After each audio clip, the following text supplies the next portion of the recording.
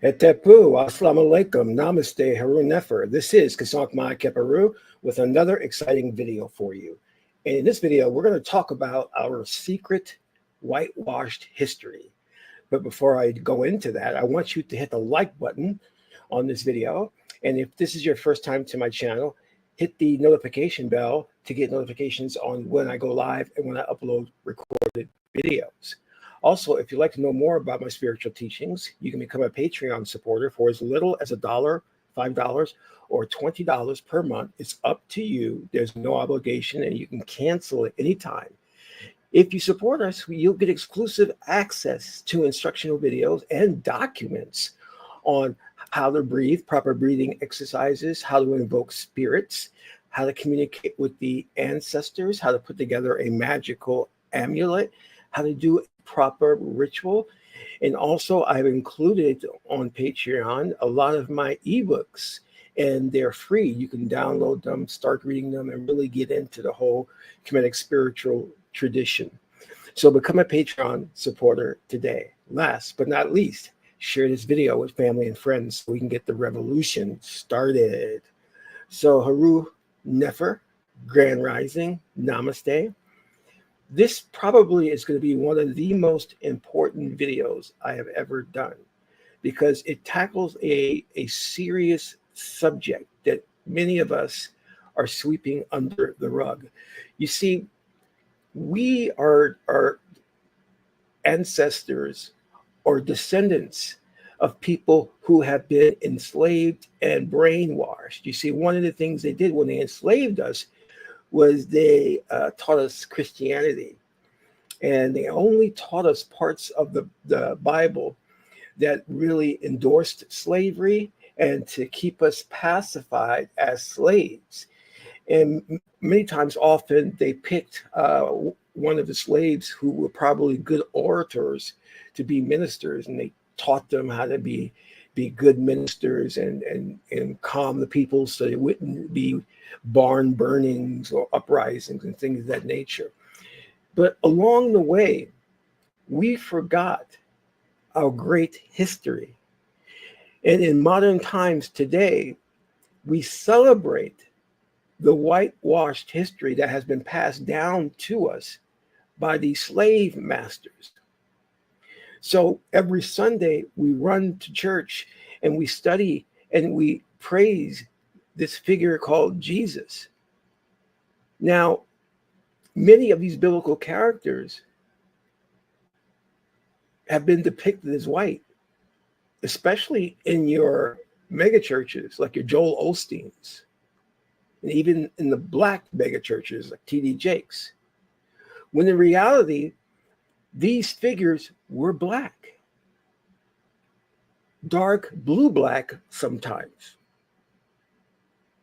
But down the line, with people like Michelangelo and other noted artists, they started to change the complexion of these biblical characters. And the Vatican knows full well that the original prophets of the Bible were African black men and women. In fact, the Vatican has in its catacombs a depiction of Mary, the Madonna and Child, as a black woman and a black child. So when we trace all of this back, as noted historians have, like Dr. Clark and Dr. Ben, we can tell that our history has been stolen, rewritten. In fact, the Bible is based on astrotheology. The Bible is an occult book. And it's taken from different parts of other books, other Bibles, and assembled into this new Bible authorized by King James. And this was done in 325 AD by the Roman Emperor Constantine, who wanted to exert control over the population by creating a religion. And now we take this book that was assembled at the Conference of Nicaea from different parts, and other parts were taken out and discarded. And now we take this as the unadulterated word of God, and it's not. And as I said, it's a Bible based on the zodiac, because those biblical characters all represent different aspects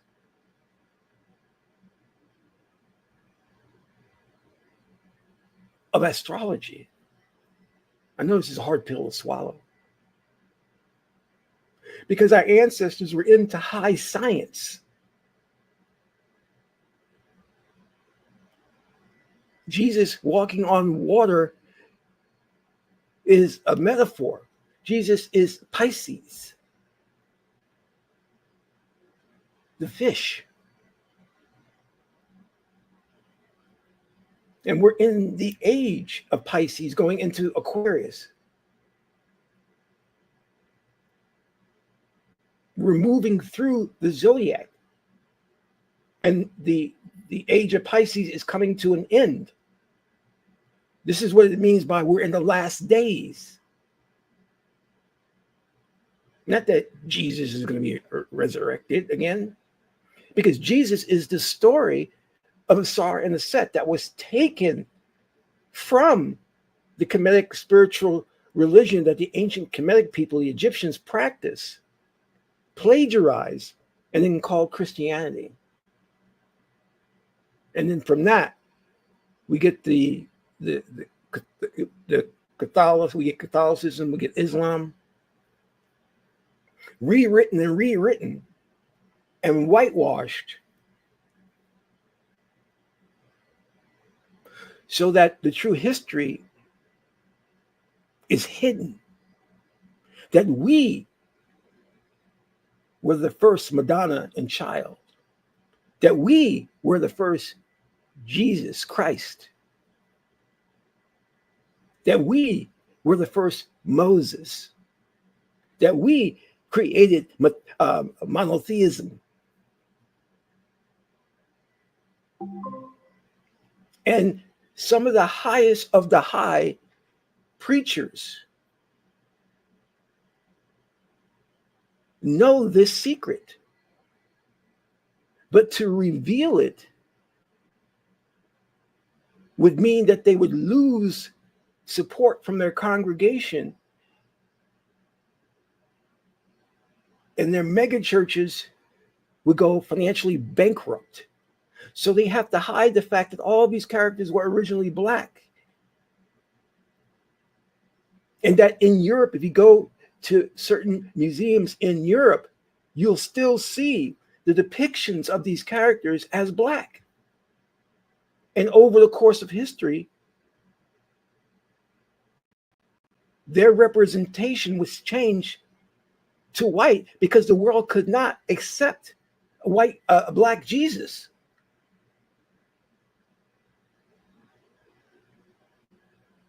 And the shame of it all is that we have Black people going to church on Sundays and celebrating and praying to these white characters and these plagiarized religion. And their psyche is so damaged, they cannot accept it. That what they are celebrating, what they are venerating, is a lie. I want to show you a video that really dives deep into this, because this secret is explosive. And this is something that is not talked about by mainstream clergy or the media, because it's unacceptable to see Black people in the light of prophets, saviors. So let's watch this video really quick, and you will gain a very deep understanding of the greatness of our history and our people and what we accomplished.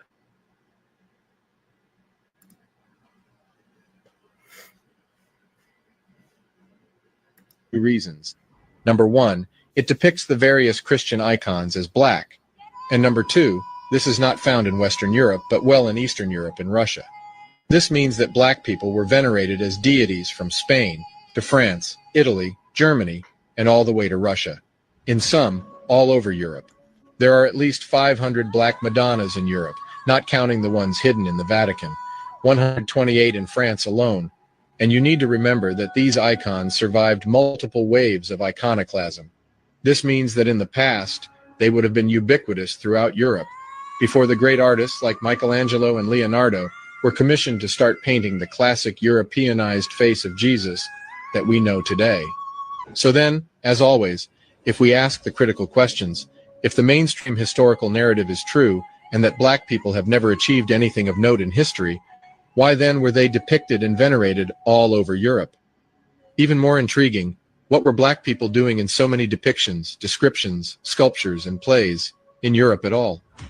For those who have been listening, it is simply because they were present in such numbers and it yielded such influence that even the planned erasure and systematic destruction of the icon survived from Western Europe to Eastern Europe, from Germany to Italy. Russian icons by Father Vladimir Ivanov, recently rediscovered, we find the most interesting collection of Christian icons. It is of high interest for two reasons.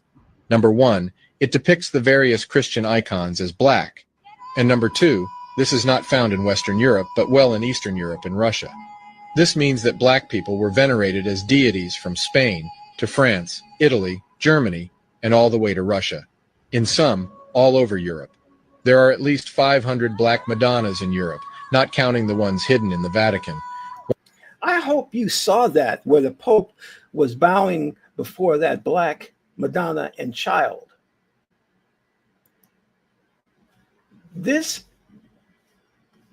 should be cause enough for every so-called black Christian to stand up and cry out, we want our true history.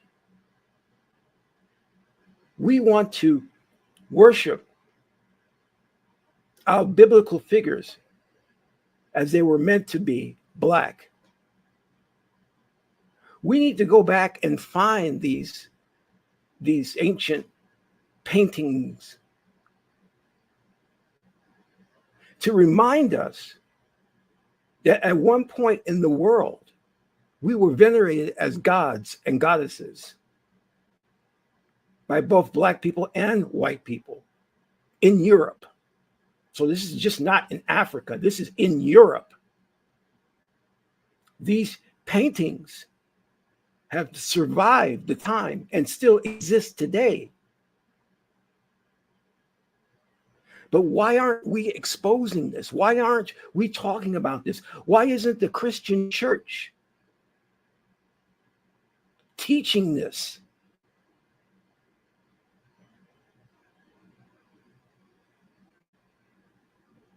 When Christianity, a very wealthy religion, they have their universities. So when they're teaching Christianity in their universities, why aren't they teaching this? That white people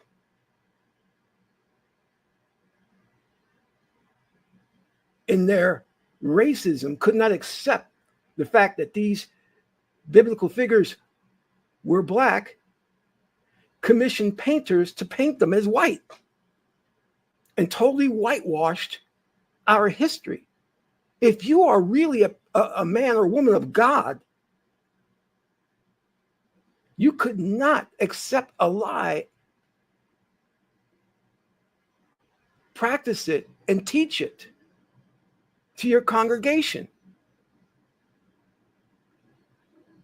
You would have to expose this if you are really a man of God.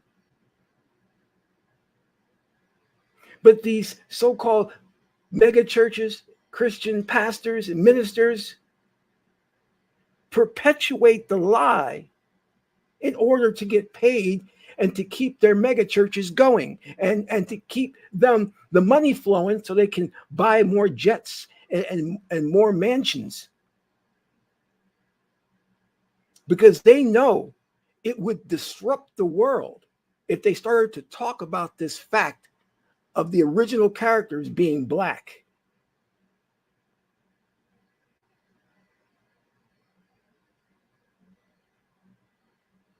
This is why all of this has been pushed onto the peripheral. So it's not discussed, not addressed. In fact, when you even ask your minister about it, they'll probably say it's not important. Well, color is not important. Well, yes, it is. Especially when you have young black children grow up and don't see themselves as godly figures.